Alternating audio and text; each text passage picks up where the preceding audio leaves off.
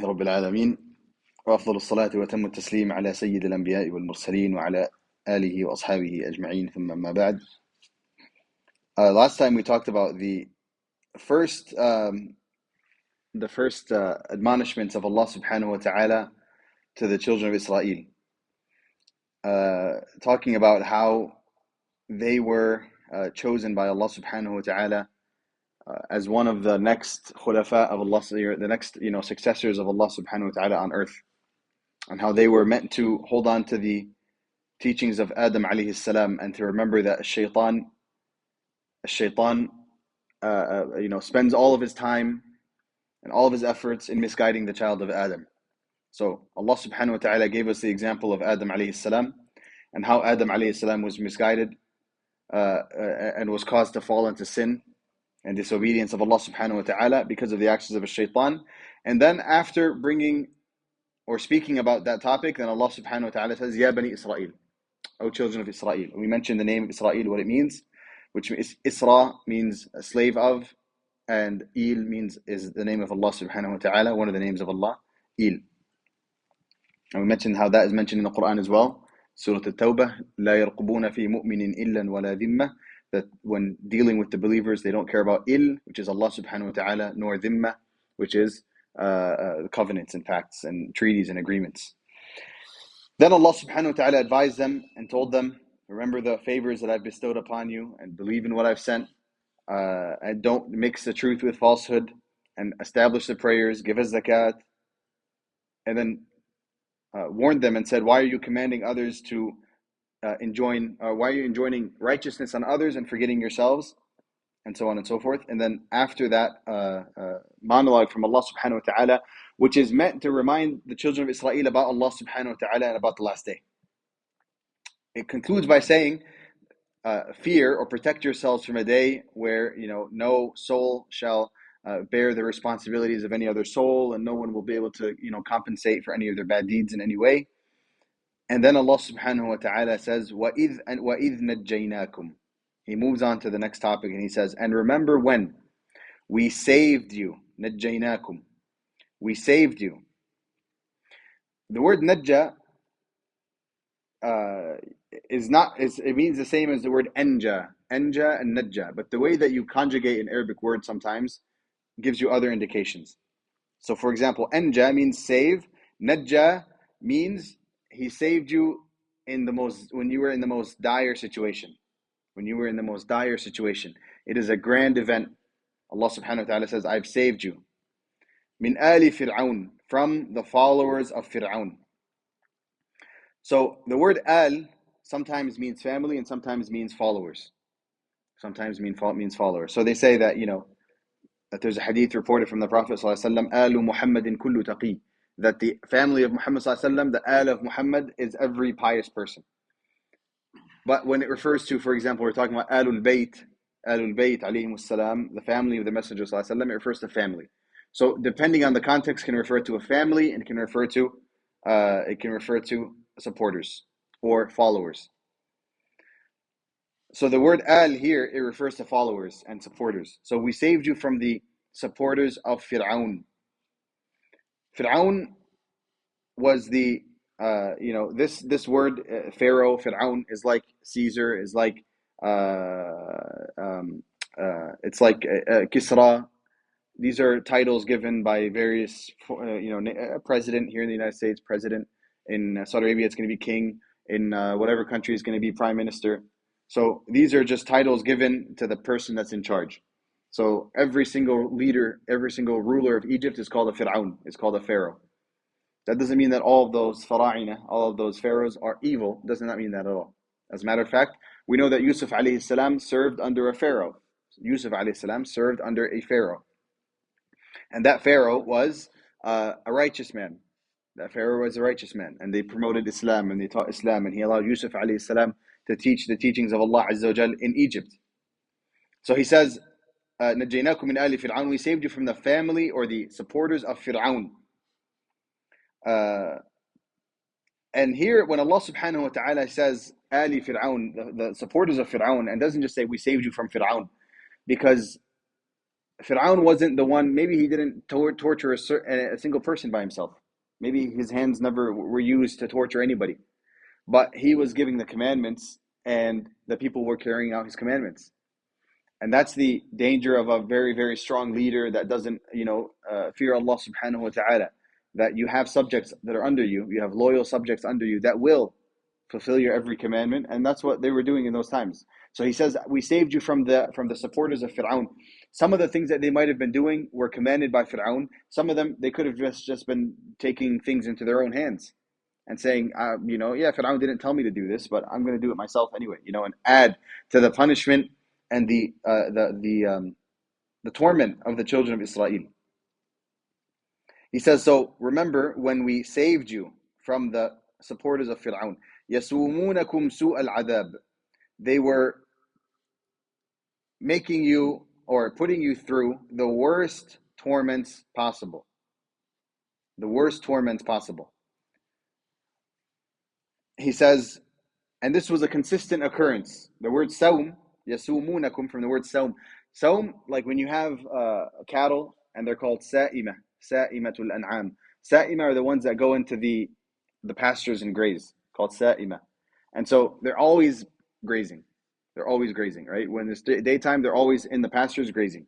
When it's nighttime, they come back to the barn, they sleep. Then they wake up, they go. So that's what this refers to, that it's a consistent, habitual action. It wasn't just that, they punished you one time or they tormented you one time. It was yasumunakum. There was constant. Time after time again, they were punishing, tormenting the children of Israel. Yasumunakum su al-adab. And giving them the worst of punishments. And what was the definition? Allah subhanahu wa ta'ala, He says, what was that horrible punishment, that horrible torment that they were putting you through? يُذَبِّحُونَ أَبْنَاءَكُمْ. They were slaughtering your sons. They were slaughtering your sons. That's the severe punishment. يُذَبِّحُونَ أَبْنَاءَكُمْ. And He didn't say يَذْبَحُون. يَذْبَحُون, again, the way that you put the tashkeel in the Arabic makes it stronger, weaker, indicates other things. يَذْبَحُونَ أَبْنَاءَكُمْ means to slaughter them, but يُذَبِّحُونَ means also to slaughter them. But the second one is stronger. It refers to continuity as well. That is a consistent behavior.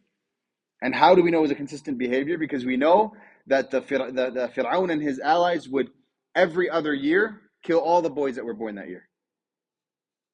Kill all the boys that were born that year, every other year. يُذَبِّحُونَ أَبْنَاءَكُمْ وَيَسْتَحْيُونَ نِسَاءَكُمْ. And they would leave your women alive. Now, this is interesting because Allah subhanahu wa ta'ala says that they killed your sons or your male boys that were children, abna'akum, your children, and then when He refers to the women, He says, and they leave the women alive. It should say, technically, that He used to slaughter your boys and would leave your little girls alive. But Allah subhanahu wa ta'ala says He would leave your women alive.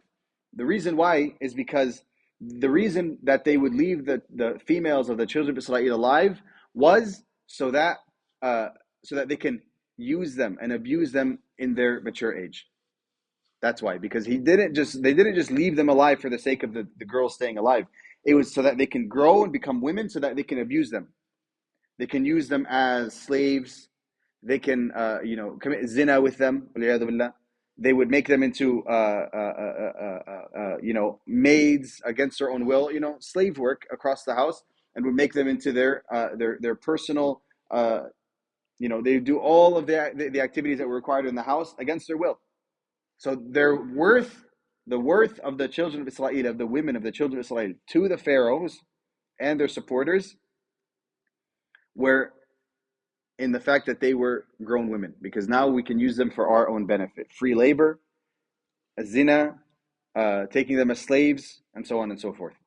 And so you see, this is one of the su' al-adab, as Allah subhanahu wa ta'ala says, the worst punishment for a person, for their son to be killed, and then his daughter to be groomed and grown to be a woman so that she can have her honor defiled by these filthy disbelievers in Allah subhanahu wa ta'ala, which were the pharaohs and their followers. So that's why Allah subhanahu wa ta'ala says that He would, they would put you through the consistent worst torment ever, slaughtering your children and slaughtering your boys and taking your girls grooming them into women so that they can abuse them in their old age as well.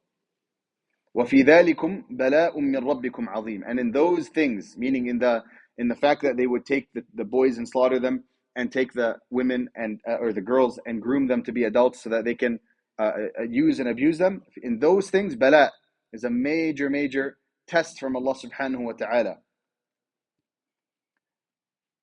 So the word bala is interesting because when you use the word bala in Arabic, bala al-thawb, it means that you wore it out. Right, you wore it out. So if you wear your clothes too much, your jeans too much, then it starts to get worn down. That's called bala. That's called bala thawbi. My garment has worn out. And so when Allah subhanahu wa ta'ala, He talks about al-bala, when He refers to this as a bala, it's something that wears you down. It wears down at your humanity, at your deen. It's a bala. And it's so difficult, and it continuously wears down and wears down. It's not just like imtihan. Imtihan is just a test. Bala is a test after test after test after test after test, and over time it wears a person out. But Allah subhanahu wa ta'ala says, Najjakum, that I saved you from that. I saved you from that bala. I saved you from that torment that was continuous, that was wearing you down as humans, as believers in Allah Azza Jal, because they were believers in Allah subhanahu wa ta'ala at this time. They were the followers of Musa alayhi salam. I saved you from being worn down completely. وَفِي ذَلِكُمْ بَلَاءٌ مِّن رَبِّكُمْ عَظِيمٌ. It is because it was a major torment and a major test from Allah subhanahu wa ta'ala. This story that he's talking about, Allah subhanahu wa ta'ala refers to, I want to talk about the history of this story, because this story is important to understand the children of Israel and their history in Egypt in particular. This is what it's referring to. This is the Israelites in Egypt and how they were being treated. The beginning of the children of Israel in Egypt was when Yusuf alayhi salam entered into Egypt. Yusuf alayhi salam is one of the children of Israel. His father is Yaqub. So it's Yaqub is Israel. So he's one of the children of Israel as well. Of course, we know the story of Yusuf alayhi salam. His brothers cast him into a well. He was found, brought to Egypt, sold to the Aziz, to the leader at that time, and then raised in the house of al-Aziz. Al-Aziz was like the deputy, the major deputy of the Pharaoh at that time. He wasn't the Pharaoh, right? He wasn't the Pharaoh, but he was a major deputy of the Pharaoh. So he says that he was raised in the house of al-Aziz, as we all know. And that continued for a good amount of time. It continued for a good amount of time, and they were continuously living in peace in Egypt. Give me one moment, sorry. They were living in peace in Egypt. And at that time, Egypt was split into two parts. You had the northern part and the southern part. Okay? This is important because we're going to understand this is the Exodus. It's called the Exodus. This is when the Israelites were cast out of Egypt. So it was split into two parts. We'll summarize it. You had the southern part and you had the northern part. The southern part was being ruled by something called the Amaliqah. So these two parts were split between two groups of people. The first group of people were called the Copts. This is also known as a Christian sect, but it refers to the indigenous people of Egypt. They were rulers of the northern part. The southern part was being ruled by the Amaliqah, the Amalek. You'll find this reference in the Bible as well. But this Amaliqah is referring to a different type of people. They're actually called the Hiskus or Hisksus, something like that, or Hyksos, something like that. It's an old Semitic nation that lived during those times. So there was basically Egypt is two parts. You have the Copts, the indigenous people, and then you have the Hyksos, which are Semites, meaning they are the cousins of the children of Israel. So they're related to them. And so there were no real problems between the children of Israel and those individuals, they're called the Amaliqah. But the Amaliqah referring to a different people, the Amalek, which were different people altogether. So they lived there for a good amount of time together, for a good few hundred or 1,000 years or so. Then Yusuf alayhi salam, of course, became the head of he became the deputy of the Pharaoh. So Al-Aziz, who he grew up in his house, he replaced Al-Aziz and became the deputy of the Pharaoh. And that Pharaoh was one of those people that are called the Hyksos. Okay. Moving on, they were fine for a very long time. They lived in Egypt for a very long time, hundreds of years or thousands of years. And although the Egyptians at that time, they had their own languages and they had their own they had the Coptic language. They had different religions. They were polytheistic religions in that time. The Jews that lived there, the children of Israel that lived there, they maintained their culture. They maintained their religion. They worshipped Allah subhanahu wa ta'ala as they should have. They maintained their scriptures. They maintained everything according to what Allah subhanahu wa ta'ala wanted of them. Whereas the Egyptians or the people that they were living amongst, not necessarily the case. Until and this was fine until they left Egypt when the 18th or the 19th ruling family, they call it the 18th family or the 19th family, there's a disagreement. And among them was Ramses the first and the second. Ramses the second is the Fir'aun that's mentioned in the Quran. Ramses the second is the one that's the Fir'aun that's mentioned in the Quran. He's the one that's in charge of the exodus of the children of Israel from Egypt. And the way that it happened was that because the indigenous people of Egypt started to get sick of the children of Israel because different practices, different religions, and then people would go and spy on them and see that they're cooperating with the others, which were the Hyksos. And the Hyksos are their cousins, and they're saying, look, they're trying to rebel against the Pharaoh, right? Because the local Copts, the Pharaoh of the Copts, he fought against the other Pharaoh and he defeated him. And so then Egypt became united under one Pharaoh, which was the Coptic Pharaoh. I know it's a long story, but the point is that the Copts, the indigenous people of Egypt, started to not want the children of Israel there anymore. And in that time, Musa alayhi salam was sent. Musa alayhi salam was sent in that whole scenario. So Musa alayhi salam was born on one of the years when the children of Israel, the boys, were allowed to live. Because he was alive, right? He was alive. He was born in one of the years that they were not allowed to live, and that's why his mother put him down into the ocean or down the river. The Al-Yam refers to the Nile River. And so this is the all the details that behind this story here. Because Allah subhanahu wa ta'ala says, remember when we saved you from the supporters of Fir'aun, this is a big deal for the children of Israel. Because they were going to be utterly massacred and they were being wiped out. And there was all this strife and struggles against them and rebellions. And then the rebellion is put down. But Allah subhanahu wa ta'ala saved them.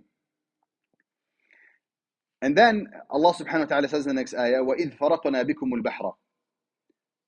That remember the other time, the other blessing that we gave you. So we saved you from the Pharaoh. You're on your way. You reach an ocean, the Red Sea. How are you going to cross this Red Sea? The armies of Fir'aun are right behind you. And that's why قال أصحاب موسى إنا لمدركون, as the Quran says, that the companions of Musa said, we're going to get caught. Then Musa alayhi salam responded, قال كلا إن معي ربي سيهدين. No, we're not going to be caught. I have Allah with me. He will guide me to the right way.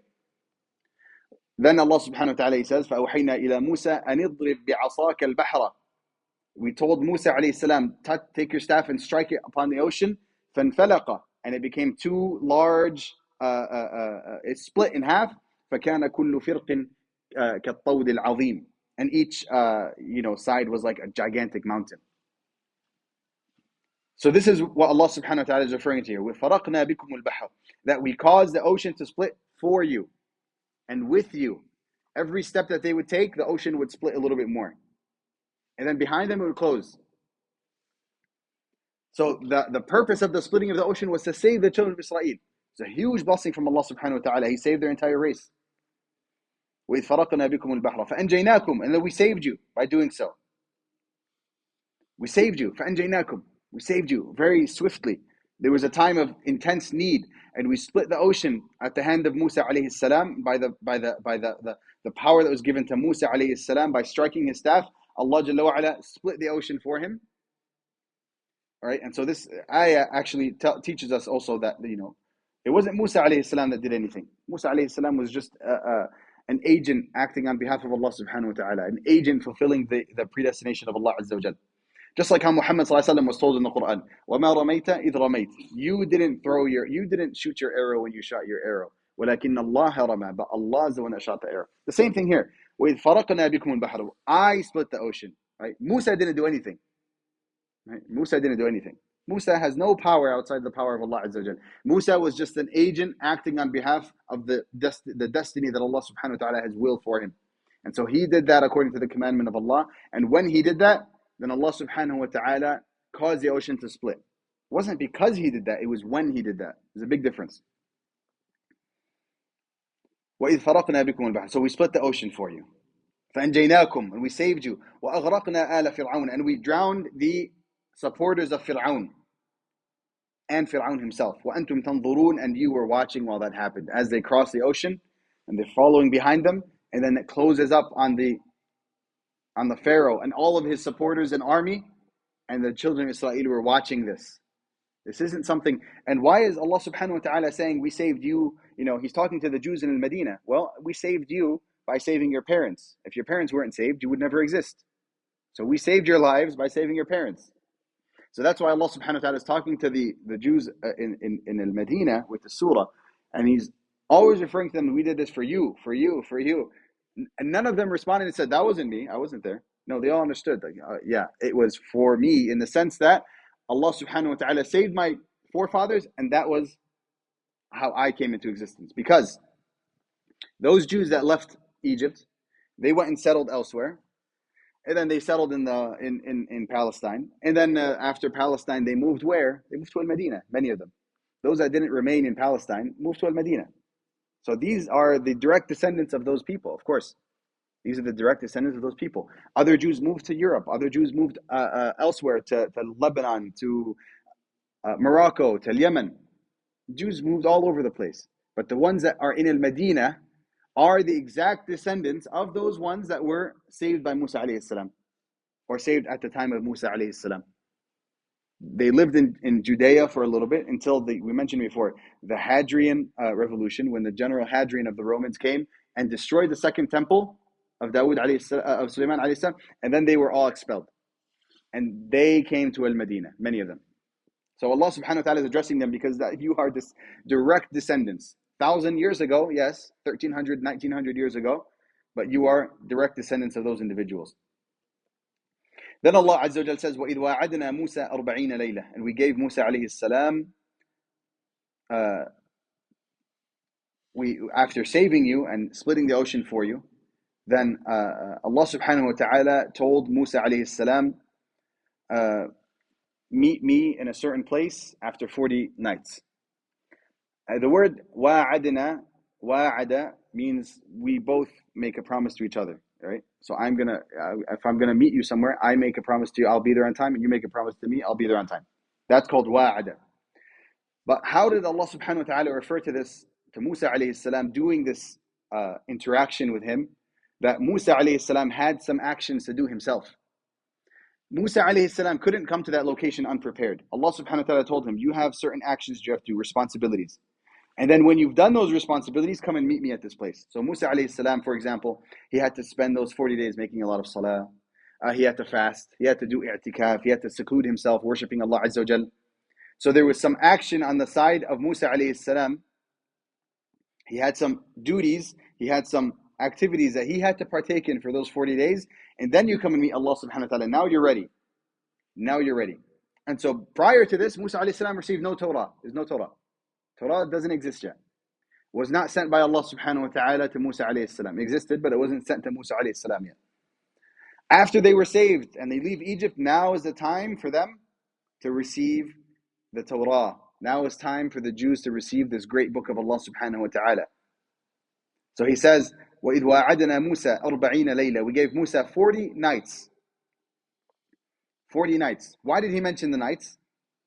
Because the nights is a time for worship. Right? Allah subhanahu wa ta'ala says, إِنَّ نَاشِئَةَ اللَّيْلِ هِيَ أَشَدُّ وَطَئًا وَأَقْوَى مُقِيلًا. That when you wake up in the middle of the night and make your tahajjud and qiyamul layl, that's better for you. That's what's stronger. That's what's heavier in your scale. So he's telling Musa alayhi salam, giving him a hint. You have 40 nights to reach me. Meaning what? Meaning make a lot of salah. Right? Make a lot of prayer. Because those nights are going to pass. Don't sleep those nights through. Keep those nights alive so that you can meet me in the state that I want you to meet me. He says, وَإِذْ وَعَدْنَا Musa. Musa, what does the word Musa mean? Because remember, these are names of Israelites. These are not names of Arabs. So what does Musa mean? Just like we talked about Israel, what does it mean? Ibrahim. When we come to it, we'll talk about what Ibrahim means as well. Musa, in the Coptic language, Mu refers to water, and Sha refers to trees. Mu, Sha. So the origin is Musha, and then it was changed into Musa in the Hebrew. And then it was changed from Musa. It follows the Hebrew pronunciation. But the origin of the word is Musha in the Coptic language. And he was called that because when his mother cast him into the Nile, and he flowed down the Nile, and he was in the tabut, he was in that little basket that he was in, and he flowed down the Nile, the maids of Asiya, alayhi salam, Asiya, the wife of the Pharaoh, were out going to go relieve themselves as they would in those times, or going to go take a shower or a bath in the Nile River, and they found Musa alayhi salam between water and trees. Right? There's trees along the Nile, and there's water, so they called him Musa because he was found between the water and the trees. So that's the name of Musa alayhi salam. It doesn't help us a lot to understand the surah, but it's interesting to know that Musa alayhi salam, his name was actually given to him most likely by the family of Fir'aun, or by the wife of Fir'aun and her maids. Right? He wasn't named Musa by his mother. He was given the name by the Copts that were there. Right? That's why it's not even an Israelite name. It's not even a Hebrew name or anything like that. So he says, we gave him 40 nights to prepare himself. And then when Musa alayhi salam left, when he was given those commandments by Allah subhanahu wa ta'ala, he said, Musa, you have 40 nights. Go prepare yourself by doing these actions of worship. He left. The minute that he left, ثُمَّ, immediately, تَخَذْتُمُ الْعِجِلِ. You took the calf. What does that mean? Meaning as a god. But Allah subhanahu wa ta'ala didn't want to say you took him as a god, because there is no god but Allah azza wa jal. So why would he refer to them as a god? He said you took on that calf that you thought was going to be your god. Right? So Musa alayhi salam left, and Allah subhanahu wa ta'ala informed him when he reached the meeting after 40 nights, قَالَ مَا أَعْجَلَكَ عَنْ قَوْمِكَ يَا مُوسَى. What made you leave your people and come to me before it was time for all of you to meet me? قَالَ هُمْ أُولَئِي عَلَى أَثَرِي. I left them behind me in my tracks. وَعَجِلْتُ إِلَيْكَ رَبِّي لِتَرْضَى. And I rushed to you, O Allah subhanahu wa ta'ala, so that you can be happy with me. He says, قَالَ فَإِنَّا قَدْ فَتَنَّا قَوْمَكَ مِنْ بَعْدِكَ وَأَضَلَّهُمُ السَّامِرِي. That we have misguided, we have led astray your people that have stayed behind, and a Samiri, a person, his name is a Samiri. When we come to a Samiri, we'll talk about who a Samiri is. There's a lot of disagreement on who he is. Really, we don't know who he is, but there's a lot of speculation on who he could be. A Samiri, he took out a calf, and he saw an angel of Allah subhanahu wa ta'ala next to this calf, and so he took the calf, and the calf was making a noise. Like فَأَخْرَجَ لَهُ عِجْلًا جَسَدًا لَهُ خُوَارٌ. It had like a roar, like it made the sound that a bull makes. So he brought it to the children of Israel and said, هَذَا إِلَهُكُمْ وَإِلَهُ مُوسَى فَنَسِي. This is your God and the God of Musa. But Musa, he forgot. Musa just forgot, that's why he went wandering off. This is actually his God. I found him. So this was immediately after Musa alayhi salam left them. So when you understand, why did Allah subhanahu wa ta'ala send so much torment on the children of Israel? They have a prophet of Allah. Look at this. We saved you from being slaughtered, your boys being slaughtered, and your women being used as toys, as playthings in the houses of men that are not related to them. We saved you from that. We split the ocean for you. We gave Musa alayhi salam 40 days to come and meet us, and immediately you go and take a god other than Allah. You go and if only they were worshipping something that was great and grand in the sky or something, the sun or the moon. These are the great creations of Allah Azza wa Jal. They worshipped a calf. A calf that not only was just a golden calf, but it was also, it made a sound, and it was made of an immaterial, a material object, gold. You can break it and sell it and make money off of it. This is what they worship. So Allah subhanahu wa ta'ala is reminding them, look at all that I did for you, and look at what you did for me in response. Look at how you responded to my favors upon you. What did you do in response? Right? اتخذتم العجل من بعده وأنتم ظالمون. And by doing so, you became oppressive to yourselves. But then Allah subhanahu wa ta'ala favored them again. ثم عفونا عنكم. We forgave you. ثم عفونا عنكم. Which means, despite what you've done, yes, I acknowledge what you've done, but despite what you've done, I still forgave you. And afu here, the word afuna, from the word afu, which means to withhold punishment where one is deserving of punishment. Where one is deserving of punishment. So your kid, you tell him, don't walk around and drink your orange juice. He spills it, messes up your white couch. He deserves punishment, right? He probably deserves to get sent to his room. But if you let it go, it's called afu. That's called afu. And then maghfirah is a level above. Al-afu is to let something go when a person deserves punishment. And al-maghfirah, when you say astaghfirullah, you're asking for al-maghfirah. Al-maghfirah, it means not only to let it go when you deserve punishment, but also to forget about it and to cover it up for me as well. To cover it up as well. So it's not just forgiveness and that's it. No.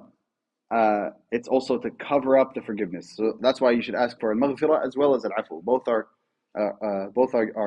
good ad'iyah. The Prophet ﷺ used to make the dua on the night of Al-Qadr, Laylatul Qadr. He would say, Allahumma innaka afuun. Oh Allah, you pardon when people deserve punishment. Tuhibbul afu. And you love to pardon even though people deserve punishment. Fa'fu anni. So pardon me. Right? This is the dua of the Messenger alayhi salatu wassalam. So then Allah subhanahu wa ta'ala says, despite your flaw, despite taking that God besides Allah subhanahu wa ta'ala, afawna, we forgave you. We let it go. We let it slide. Min ba'di dhalik, la'allakum tashkurun, so that you can be people that show thankfulness to Allah subhanahu wa ta'ala. The goal was that they should go and look at Allah subhanahu wa ta'ala and say, thank you, Allah azza wa jal, alhamdulillah, ashukru lillah, that you forgave me after I took an idol besides you to worship when Musa alayhi salam had only left us for a day and was only gone for 40 days, and we stifled Harun alayhi salam, Aaron alayhi salam, when he was trying to tell us, don't worship this calf. This is not the God of the God of Musa and Harun.